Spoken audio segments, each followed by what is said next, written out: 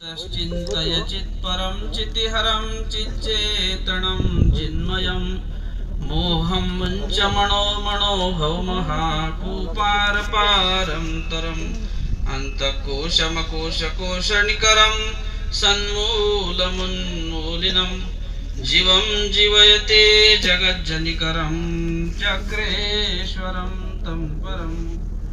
सर्वज्ञ श्री चक्रधर स्वामी की जय।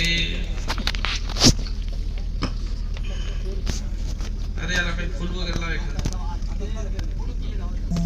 एक फुल बस असू द्या, जमलं।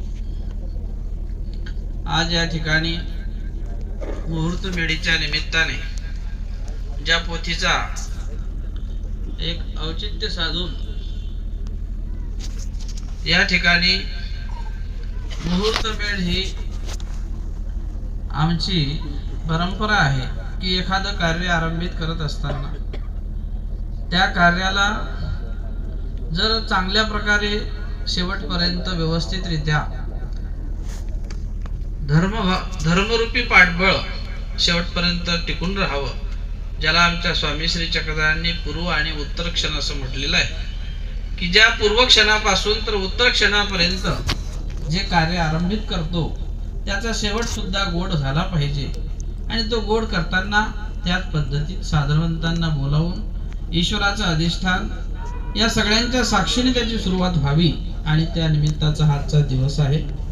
या निमित्ताला या प्रस्तुत धर्मसभेचे सभाध्यक्ष असलेले कवीश्वर कुलाचार्य परमपूजनीय प्रातस्मरणीय कणाशी निवासी श्री खमनीकर बाबाजी, त्याचप्रमाणे धर्मसभेला उपस्थित कवीश्वर कुलाचार्य अखिल भारतीय महानुभाव परिषद अध्यक्ष फलटण निवासी श्री विद्वांस बाबाजी आणि ज्यांचा या ठिकाणी प्रामुख्याने मुहूर्तमेढ ज्यांच्या शुभ हस्ते या ठिकाणी आरोहित करण्यात आली असे परिमांडल्य कुलाचार्य परमपूजनीय प्रातस्मरणीय आचार्य प्रवर श्री कणाशी आपलं जाळीचा देव तथा जळगाव निवासी श्री बाबाजी, या सभास्थानी विराजमान असलेले परमपूजनीय आचार्य प्रवर श्री सुकेणेकर बाबाजी, परमपूजनीय आचार्य प्रवर श्री आंबेकर बाबाजी, त्याचप्रमाणे परमपूजनीय आचार्य प्रवर माहुर पीठाधीश श्री बाबाजी, त्याचप्रमाणे ज्यांचं आपण व्याख्यान ऐकणार आहोत, ज्यांच्या माध्यमातून पोथी प्रवचन निरूपणची परंपरागत आमची ईश्वर पद्धती आहे असं निरूपण आपण ऐकणार आहोत, असे आदरणीय परमपूजनीय माझे सुहृद हितक्ष आचार्य प्रवर श्री घोटी निवासी बाबाजी आणि या सभामंचाच्या स्थानी उपस्थित त्याचप्रमाणे सभेला उपस्थित सर्वच आदरणीय ज्येष्ठ श्रेष्ठ संत महंत, सगळ्यांचं नाव घ्यावं परंतु आता वेळ कमी असल्यामुळं होऊ शकत नाही, सगळ्यांची क्षमा मागतो। या कार्याला ज्यांनी आयोजित करण्यासाठी मानस केलेला आहे असे आदरणीय महंत कृष्णराज बाबा, आदरणीय महंत वाणीराज बाबा, आदरणीय श्री प्रवीण शास्त्री आणि संचलन ज्यांच्या शुभ हस्ते होत आहे असे आदरणीय श्री अंजनगावकर सर, त्याचप्रमाणे प्रामुख्याने ज्यांनी आपलं पाठबळ या कार्यक्रमाच्या निमित्तानं दिलेलं आहे असे सद्भक्त श्री प्रकाशरावजी घुगे आणि त्यांचा परिवार व सर्वच त्यांना सहकार्य करणारे तपस्विनी वासनिक बंधू भगिनी। आज या ठिकाणी मुहूर्त हा शब्द सगळ्यांच्या पाठ आहे। मुहूर्त हे काही गोष्टीसाठी आपण लग्नाचं मुहूर्त पाहतो, अनेक वेळेला मुहूर्त पाहून कार्य केले जातात, परंतु या ठिकाणी मात्र ते मुहूर्त अभिप्रेत नसून की ज्या परमेश्वर मार्गाची एखादी सुरुवात केल्या जाते कार्याची, जिथे त्या ईश्वराचं अधिष्ठान किंवा साधुसंत येतात तोच तो मुहूर्त काळ असतो आणि म्हणून हे मुहूर्त त्या अधिष्ठानाने आणि त्या परमेश्वर साधनवंताच्या येण्याने ते एक मुहूर्त त्या ठिकाणी प्राप्त होणार आहे, तो मुहूर्त काळ चालू होणार आहे।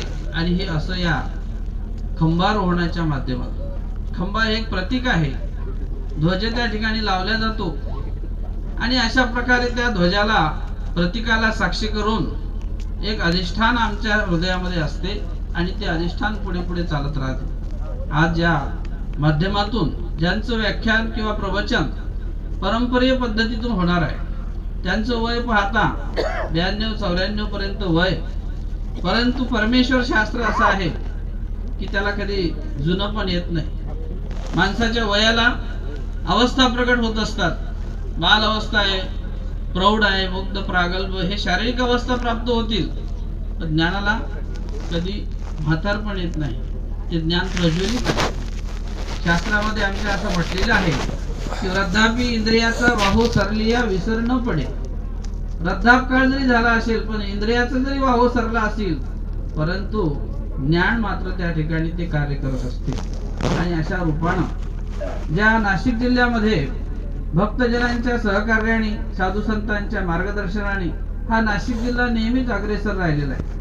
आपण पाहिलं की अनेकांच्या मुखातून आपण ऐकलेलं आहे, अनेक कार्यक्रम सातत्याने नाशिक जिल्ह्यात होतात, अनेक कोटी प्रवचन झालेले आहे. आमच्या श्री गुरुजींचा जिव्हाळ्याला त्या काळामध्ये माळिका प्रवचन सोहळा झाला होता. कैवल्यवासी आज 76 सालची गोष्ट जिव्हाळ्याला झाला होता. तर इतक्या वर्षापासून समजा मोठे मोठे प्रवचन सोहळे या जिल्ह्यामध्ये होतच आहेत. लालपाळीला सुद्धा झाला, त्यावेळेला मोरवाडीकर आमची सर्व मंडळी आणि ज्यामध्ये प्रामुख्याने श्री दत्तभाऊ आव्हाड यांची मनोमन इच्छा होती. आणि त्यावेळेला त्यांनी सुद्धा आज जसं भाऊंनी सांगितलं की मी जागा, पाणी सगळ्या गोष्टी उपलब्ध करून देतो, अन्नदान सुद्धा देण्याची तयारी, की पहा या नाशिक जिल्ह्यात एक एक मनुष्य एक एक गोष्टीचं आयोजन करू शकते. केवढी घडलेली एक संस्कृती आहे ईश्वर धर्माची. ती बीजारोपण कसं झालेलं आहे ईश्वर धर्माचे या जिल्ह्यामध्ये, आणि म्हणून ती एक मानसिक तयारी दर्शवणारे लोक सुद्धा आहेत. हे भाग्याची गोष्ट आहे की त्यासाठी फार मोठं औदार्य लागते. ईश्वराच्या कार्याला किंवा एखाद्या धर्मरूप कार्याला वाहून घेण्यासाठी औदार्य लागते, आणि ते औदार्य ज्याच्यासाठी प्रगट होत असते तो त्याच्या जीवनातला फार महत्वाचा क्षण असतो. ते फार समजणं महत्वाचं आहे. ज्यांना ते क्षण आणि ज्यांना ते धर्म कार्य समजलेलं आहे ती त्याची शिदोरी आहे. परधर्मासाठी केलेलं कार्य त्याच्या जीवनासाठी नव्हे, त्याच्या पिढ्यानपिढ्या चालणाऱ्या त्या द्रव्यासाठी, प्राप्तीसाठी. कारण जे आपण जोडत असतो त्याच्यात परमेश्वराचा हिस्सा असतो. आणि म्हणून ज्यांनी ते भान जागृत ठेवलेलं आहे की मी जे संपत्ती द्रव्य जोडलेलं आहे त्याच्यात ईश्वराचा हिस्सा आहे. कारण ईश्वरानेच आपल्याला असं म्हटलंय आमच्या शास्त्रात का तया भजन तयाचा पदार्थी, त्याचेच पदार्थ त्यालाच अर्पण करायचे. हे सगळं परमेश्वराचंच आहे. साधेला अनुलक्षून स्वामी म्हणतात बाई हे सगळं देवाचे, आणि देवाने दिलं ते आपल्याला आहे. पण ही समजुती, हे शास्त्र, तत्वज्ञान हे जेव्हा एखाद्या अधिकारी पुरुषाच्या मुखातून सांगितलं जाते, ही आमची परंपरा जेव्हा आपल्याला हे ज्ञान सांगत असते त्यावेळेला ती उजळता आपल्याला येत असते की मी दास आहे, मी सेवक आहे, आणि परमेश्वर हा या जगाचा नियंता आहे, मालक आहे. आपण एक प्रापंचिक जीवनापुरती सत्ता गाजवतो, एक आयुष्याची मर्यादेची सत्ता असते, पण ज्याची चिरंतर सत्ता या जगावरती किंवा या सृष्टीवरती आहे तो एक मालक परमेश्वर आहे.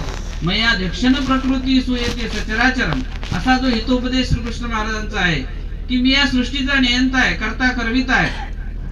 जे काही चलन वलन आहे ते सगळं माझ्या अध्यक्षतेने चालते आहे. आणि अशी समजूत ज्यावेळेला एखाद्या ईश्वर भक्ताला होते त्यावेळेला त्याच्या जीवनात ईश्वराचं अस्तित्व असते, साधनाची प्रीती असते, जिव्हाळा असते, प्रेम असते, आणि आपल्या दोषाचं दाक्षिण्य त्या अंतःकरणामध्ये भय सुद्धा असते की मी ज्या गोष्टीला मी समजा पुढे जात आहे, मला एकीकडे मला कुठलं तरी भय माझ्या जीवनात मला ठेवता आलं पाहिजे. जसं घरामध्ये वडीलधाऱ्या माणसाचं कुठंतरी झाकण असल्याशिवाय तो त्या ठिकाणी संस्कृतीनं किंवा त्या संस्काराने प्रेरित होऊ शकत नाही, तसं धर्म हे सुद्धा एक प्रकारचं झाकण आहे. आणि धर्माचं झाकण त्या गुरुच्या माध्यमातून असो, दैवाच्या माध्यमातून असो, विशेषाच्या माध्यमातून असो, ज्याला ते भय असते जीवनात तो निश्चितच स्वार्थ आणि परमार्थ त्याचा पूर्ण करू शकतो. त्यासाठी धर्म हा अत्यंत आपल्या जीवनातलं अविभाज्य असं अंग आहे. ज्याने त्या जीवनातल्या अंगाला समजलेला आहे तो निश्चित त्या जीवनाचं सोनं करत असतो. आणि हीच परंपरा आमच्या सर्वज्ञांनी 800 वर्षापासून सांगून ठेवलेली आहे. तीच परंपरा आमचे साधू संत, आचार्यगण, संत महंत पुढे नेत आहेत. आणि त्यामधून आपल्या जीवनाला ईश्वर मार्गाचं कुठल्या ना कुठल्या प्रकारचं एक जे काही पाठबळ आहे ते आत्मोन्नतीचं पाठबळ आहे. कारण जीवात्म्यावर जे काही संस्कार झालेले आहेत ते अधचालीचे संस्कार असतात. प्रपंच याला अधगामिनी म्हटलेलं आहे. प्रपंचात तुम्ही कितीही जोडलं तरी ते शेवटी खालीच नेणार आहे. ऊर्ध्व मूल अधशाखा आहे का नाही, त्याचे मूळ खाली नेतात, पण धर्म हा मात्र ऊर्ध्व करतो. स्वामी म्हणतात की जीव अधोमुख आहे आणि जर एखादा वरती त्याने मुख केलं असेल त्याला आम्ही सहज काढतो. पण प्रपंचामध्ये करणं फार दुर्लभ आहे. तुम्ही म्हणसा घ्या लगेच संन्यास, तुम्ही घेऊ शकत नाही. पण तुम्ही प्रपंचात राहून सुद्धा जे काही ईश्वर मार्गीच्या कणवा असतात, ईश्वर मार्गाचं जे काही बळकट करणारं तुमच्या जीवात्म्याला एक पुढे नेणारं द्वार आहे, ते तुम्ही तुमच्या अधिकाराने प्राप्त करू शकता. त्यालाच आमच्या धर्मशास्त्रामध्ये ईश्वरी अधिकार असं म्हणतात. ईश्वरीचा धर्माचा अधिकार जो आहे तो प्रपंचामध्येच तुम्ही सांसारिक जीवनातच जोडू शकता. आणि ज्या वेळेला प्रापंचिक जीवनात तुम्ही एखादा ईश्वराचा अधिकार जोडता त्यावेळेला तो अधिकार स्वतः परमेश्वर गिवसतदार असे येत असतात. अधिकारात गिवशीत कृपेच्या अनुलक्षाने जरी परमेश्वर आज स्वामी श्री चक्रधर महाराज डोळ्याने दिसत नसतील, पण परमेश्वराने सांगितले की असन्निधानात सुद्धा मी तुम्हाला सन्निधान देऊ शकतो. अर्थातच असन्निधानात सुद्धा ईश्वराची कृपा आपल्यावर आहे, ईश्वराचा आपल्यावर कृपा छत्र आहे. आणि म्हणून प्रतिती पंथ आहे. मानव संप्रदायाला विश्वास पंथ असं स्वामींना म्हणून प्रतिती पंथ असं म्हणतात. आम्ही सांगतो आमच्यावर विश्वास मुळातच ठेवू नका, पण तुमच्या साधनेची प्रतिती तुम्ही घेतल्याशिवाय ही प्रतिती तुमच्या जीवनात प्रत्येकाला येते. तो साधू असो का साधवंत असो, एखादा नामधारक असो, प्रत्येकाला त्याची प्रतिती आहे. तो श्वास तुमच्या हृदयामध्ये आहे तोपर्यंत ती प्रतिती शेवटपर्यंत तुम्हाला जाणवते. आणि म्हणून अंतिम श्वासापर्यंत परमेश्वर धर्मासोबत असतो. त्यासाठी आपल्याला एखाद्या गुरुजनांच्या मुखातून हे शास्त्र ऐकावे लागते. शेवटच्या क्षणामध्ये सुद्धा परमेश्वर हृदयामध्ये आठवला पाहिजे. ज्या वेळेला तो जातो त्यावेळेला सुद्धा स्वच्छ आणि अंतःकरणात देवाला आठवीत जात असतो. ही एक धर्मसंस्काराची बीजारोपणाची मुहूर्तमेढ जी आहे ती आमच्या सर्वज्ञांनी मूळ सृष्टीपासून केलेली आहे. आताच नाही, अनेक अवतार परमेश्वराचे होतात. आपल्याला फक्त आपल्याला शरीरात झालेलं दुःख कळते, पण आपल्यासाठी देवाने किती दुःख. एक सुडा कटिप्रदेशी, एक सुडा श्रीमुकुटी, श्रीकर ह्याची पाणीपात्र, घरोघरी दारोदारी पूर्व महाराष्ट्र परिभ्रमण स्वामींनी केलेला आहे. एवढा मोठा आनंद घन पुतळा परमेश्वर तो जीवाच्यासाठी स्वतः दारोदारी घरोघरी फिरतो आहे. काहीतरी त्यांच्याही शरीराला ते परमेश्वराचं जे काही एक धारण केलेलं मनुष्य देह आहे, त्या परमेश्वराने आपल्यासाठी कुठेतरी शरीराला क्लेश स्वीकार केलेले असतात मायापुराच्या माध्यमातून.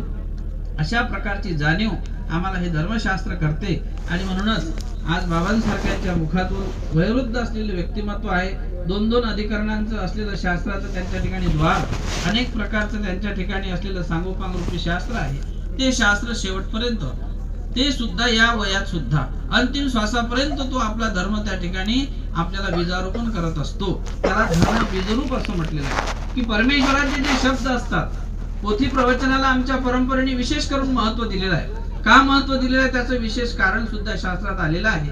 की परमेश्वराची जी वाणी आहे ती परावाणी आहे. परावाणी ही परमेश्वराची शास्त्राच्या माध्यमातून उदयाला येते. आणि परा शब्द जे असतात, ईश्वराची जी वाणी आहे, ज्या वेळेला त्या शास्त्राचा कुठल्या ना कुठल्या प्रकारे हेतुकरित्या तिथे त्याचा उगम असतो शास्त्राचा, त्यावेळेला ती परावाणी ईश्वर उपयोगी आणतात. आणि मग ती परावाणी उपयोगी आणल्यामुळे होतं काय की ज्या वेळेला ती परावाणी श्रवण केल्या जाते, त्या परमेश्वराच्या वाणीच्या माध्यमातून जे शास्त्र उदयोन्मुख झालेलं आहे ते निर्गुणता प्राप्त करून देणारं शास्त्र असते. एक परमेश्वराचं परधर्माचं कार्य तुमच्या जीवनाला प्राप्त करून देत असते. एक वेळचा प्रसंग आहे की स्मृतीस्थळामध्ये पंडित दास आहेत, ते श्री नागदेवाचार्यांना म्हणतात की मला हे वाक्य आठवत नाही, याचा मला अर्थ सांगा. ते म्हणतात ठीक आहे पुढे सांगू. चालता चालता पुढे चालतात, एक नदी लागते. नदीच्या ठिकाणी एक ब्राह्मण संध्या करत असतात. मग आचार्य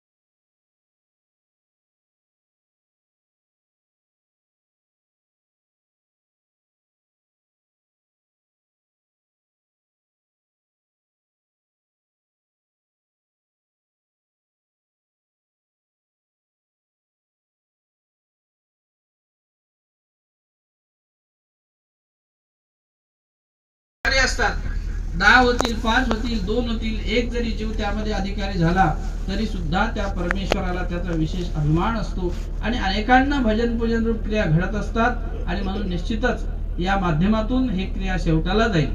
स्वामी श्री चक्रधर महाराजांच्या सानिध्यात जे भक्तजन आणि परिवार त्यांनी सुद्धा आपला शेवट अशाच प्रकारचा गोळ केलेला आहे. ज्यावेळेला महादायसाला स्वामी श्री चक्रधरांचं असलेलं एक अविभाज्य साधनेचं अंग आहे आणि त्यावेळेला आचार्य शेवटी भेटायला जातात नवगावला, म्हणतात महादायसा तुला देव आठवतो का?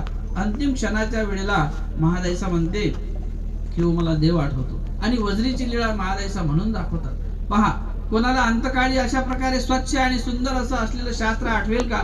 पण त्यांना आता देह जाणार आहे त्या अगोदर ते म्हणून दाखवतात. ही असलेली एक धर्माची उजळता आहे, ही असलेली परमेश्वर धर्माची शेवटपर्यंत असलेली सार्थकता आहे आणि ती सार्थकता निश्चितच आपल्याला या धर्मशास्त्रातून प्राप्त होत असते. आज अनेक असे काही या भारतभूमीवरती बहुरत्न वसुंधरा असं म्हटलेलं आहे की ईश्वर धर्माला पुढे नेण्यासाठी काबूल कंदार पर्यंत आपला हा धर्म संप्रदाय आपल्या पूर्वजांनी आंध्रामध्ये, तेलंगणामध्ये, बाहेर देशात सुद्धा याची कीर्ती पोहोचवलेली आहे आणि बाहेर देशात सुद्धा ईश्वर धर्माचं आचरण लोक करतात. निश्चितच येतो धर्म तत्व जय. ज्या ठिकाणी एकनिष्ठ अनन्यतेने ईश्वर धर्माची उपासना केल्या जाते ती अंतर उपासना आहे. बाह्यात कार्य तुम्ही कुठेही जाणं करा, परंतु हृदयामधला जो धर्म आहे माकोड्याप्रमाणे ज्याने धरून ठेवलेला आहे, निश्चित देव त्याच्या पाठीशी उभा असतो आणि तो उभा कसा असावा यासाठी शास्त्र तुमच्या सोबत असेल तर निश्चितच तुम्ही धर्मामध्ये विजयी होऊ शकता आणि धर्म हा तुमच्या सोबत असतो. अशा प्रकारे आज या ठिकाणी आदरणीय परमपूजनीय प्रातस्मरणीय घोटी निवासी श्री बाबाजी या वयामध्ये सुद्धा ते आपल्याला शास्त्र सगळ्यांना सांगणार आहेत.